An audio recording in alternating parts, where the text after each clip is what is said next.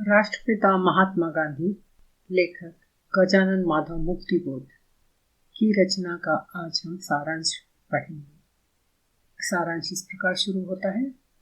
अन्याय के विरोध में अहिंसात्मक प्रतिरोध, विश्व शांति और मानव मन को नैतिक बल प्रदान करने वाले गांधी जी को पूरी दुनिया जानती है। अहिंसा और सत्याग्रह गांधी जी के दो मुख्य सिद्धांत थे, जिनकी सहायता से ब्रिटिश राज के अन्यायों के विरोध में आवाज उठाई थी। दुनिया भर में आज भी कुछ ऐसे देश हैं जो गांधी जी के नैतिक अस्त्रों का प्रयोग करते हैं, जिनमें अमेरिका और अफ्रीका की निग्रो तथा अन्य पराधीन जातियां हैं। अब प्रश्न उठता है कि गांधी जी के अहिंसा और सत्याग्रह के सिद्धांत क्यों और कैसे सफल हुए। अतः उत्तर इस प्रकार है कि सिर्फ गांधी जी ही नैतिक सिद्धांतों में विश्वास नहीं करते थे, बल्कि भारतीय जनता भी आध्यात्म और नैतिक शक्ति को मानती थी और गांधी जी जनता की इन भावनाओं का सम्मान करते थे और भारतीयों के इन गुणों को गांधी जी अच्छी तरह समझ गए थे कि जनता का यह गुण देश की सबसे बड़ी ताकत है, केवल उन्हें बल प्रदान करने की आवश्यकता है।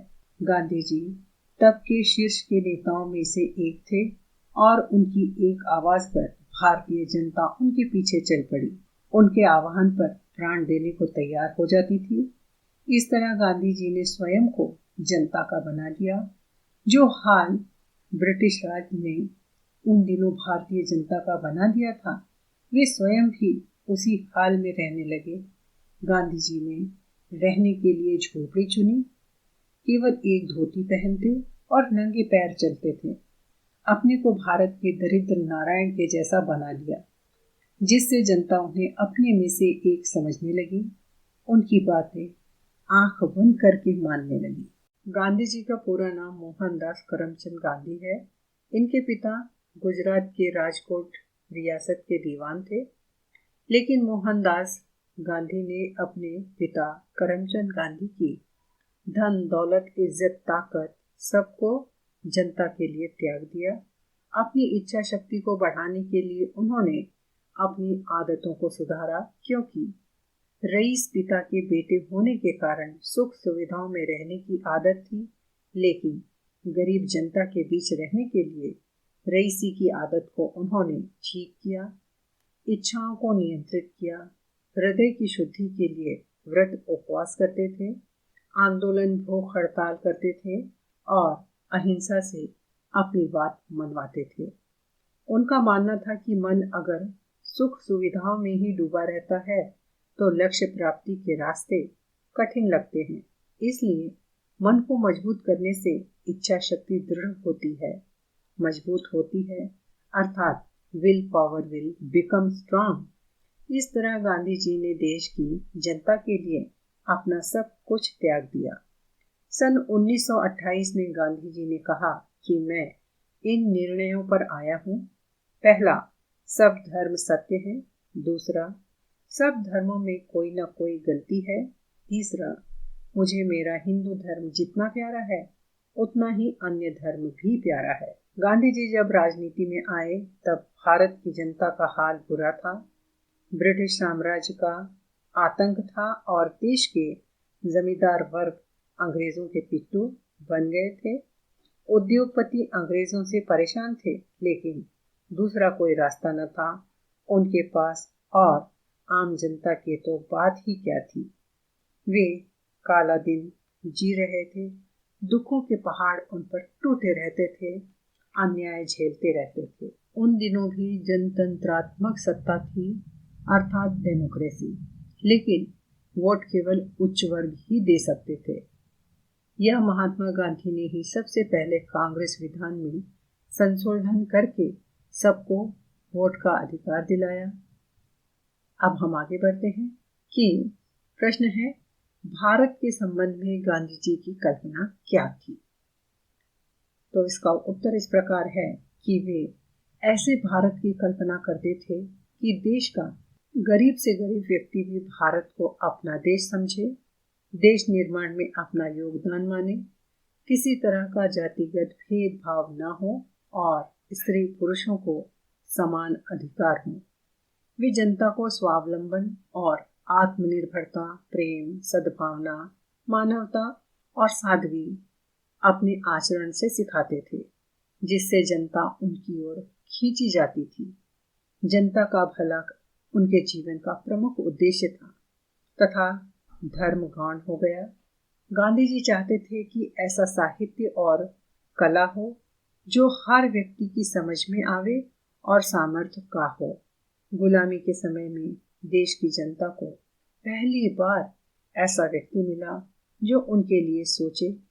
दबी कुचली जनता को नैतिक बल मिला, क्योंकि हर स्तर पर गुलामी की जंजीरें तोड़ने के लिए देशभक्त प्रयास कर रहे थे।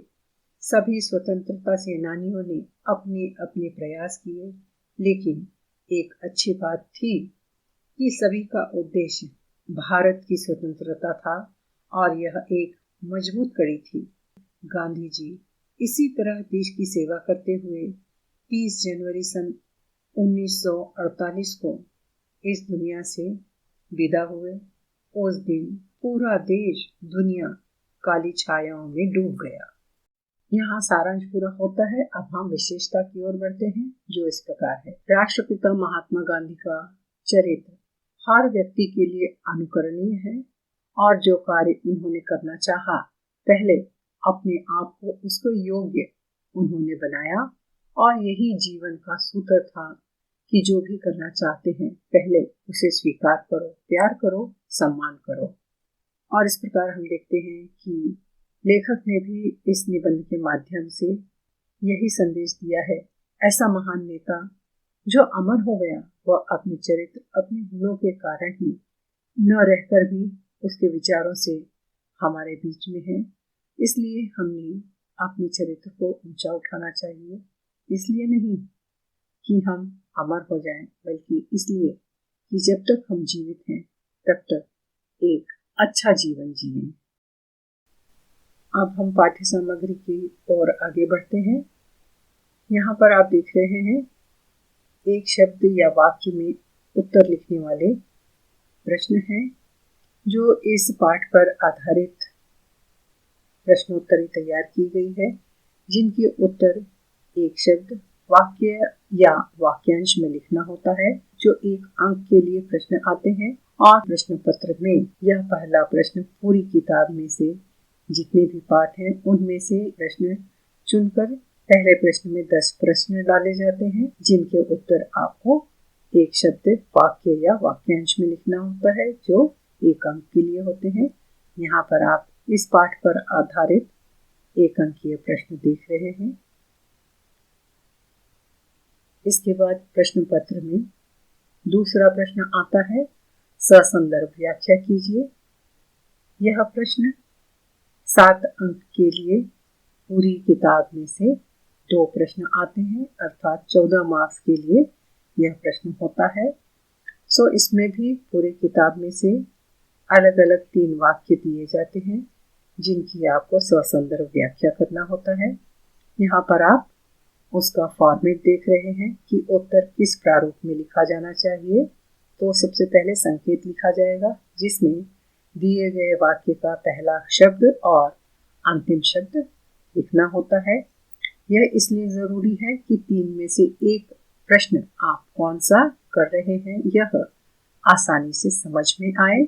और उसके बाद होता है प्रसंग। प्रसंग के अंतर्गत आप लिखेंगे किताब, पाठ और लेखक का नाम। संदर्भ में आता है कि यह वाक्य कौन किससे कह रहा है।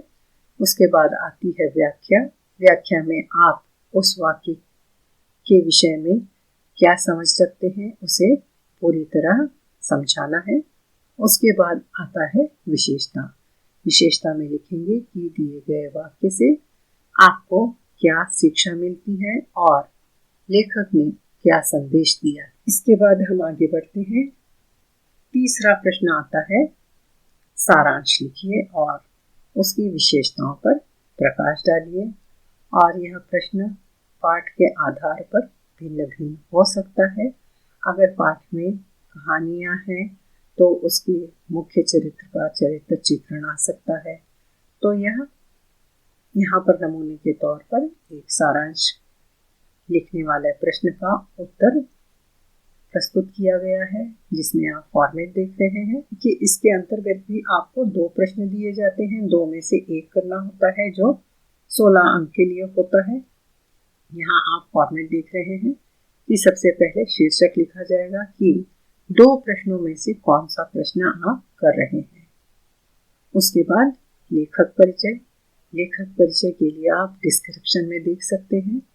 उसके बाद आता है अगला पॉइंट जो है सारांश, अर्थात समरी के रूप में संक्षिप्त में पूरे पाठ को आप यहाँ पर अपने शब्दों में लिखेंगे। और उसके बाद आता है विशेषता। विशेषता में फिर से वही आपको लिखना है कि लेखक ने क्या संदेश दिया है और हमें उससे क्या सीख मिलती है। तो इस प्रकार हम देखते हैं कि पहला, दूसरा और तीसरा प्रश्न यहाँ पर पूर्ण होता है। अब हम अगली पाठ्य सामग्री जो है चौथे प्रश्न की ओर बढ़ते हैं। यह प्रश्न होता है टिप्पणी लिखी। तो इसमें भी पूरे किताब में से जो अलग अलग पाठ हैं उनमें से किसी विषय पर टिप्पणी लिखने के लिए, शॉर्ट नोट लिखने के लिए आ सकता है। वह पाठ के आधार पर कोई चरित्र हो सकता है या कोई घटना स्थल हो सकता है या कोई शहर हो सकता है। इस प्रकार यह टिप्पणी लिखने के लिए एक शॉर्ट नोट प्रश्न आता है जो 2 में से एक करना होता है, जो एक प्रश्न 5 अंक के लिए होता है। तो यहाँ पर भी आप देख रहे हैं फॉर्मेट तैयार किया गया है कि 2 में से आप कौन से शीर्षक के ऊपर टिप्पणी लिख रहे हैं, वह शीर्षक के रूप में लिखा जाएगा। उसके बाद शीर्षक का परिचय दिया जाएगा। वह इस प्रकार कि इस किताब में से कि जो भी आपकी किताब है उस किताब में संकलित निबंध, कहानी, संस्मरण जो भी गद्य है उसका नाम लिखेंगे और लेखक का नाम लिखेंगे। शीर्षक के बारे में बताएंगे कि यह उस कहानी का मुख्य पात्र है, सहपात्र है, नायक है, खलनायक है, या अगर कोई स्थान दिया गया है तो उसकी व्याख्या आप एक वाक्य में करेंगे और इस प्रकार शीर्षक का परिचय हो जाएगा। और उसके बाद आप शॉर्ट नोट टिप्पणी उस विषय पर लिख देंगे। तो कई बार ऐसा होता है कि टिप्पणी के लिए जो प्रश्न दिया जाता है उसके ऊपर लिखने के लिए हमारे पास बहुत कुछ होता है, लेकिन हमें बहुत कुछ न लिखकर यह देखना है कि यह प्रश्न कितने अंक के लिए है। तो 5 अंक के लिए है। 5 अंक के लिए हमें बहुत अधिक लिखने की ज़रूरत नहीं होती है। तो उसी आधार पर यहाँ पर टिप्पणी तैयार की गई है जो आप सब कुछ अच्छी तरीके से समझ जाएंगे। और जल्द ही अब हम अगली पाठ्य सामग्री के साथ उपस्थित होंगे।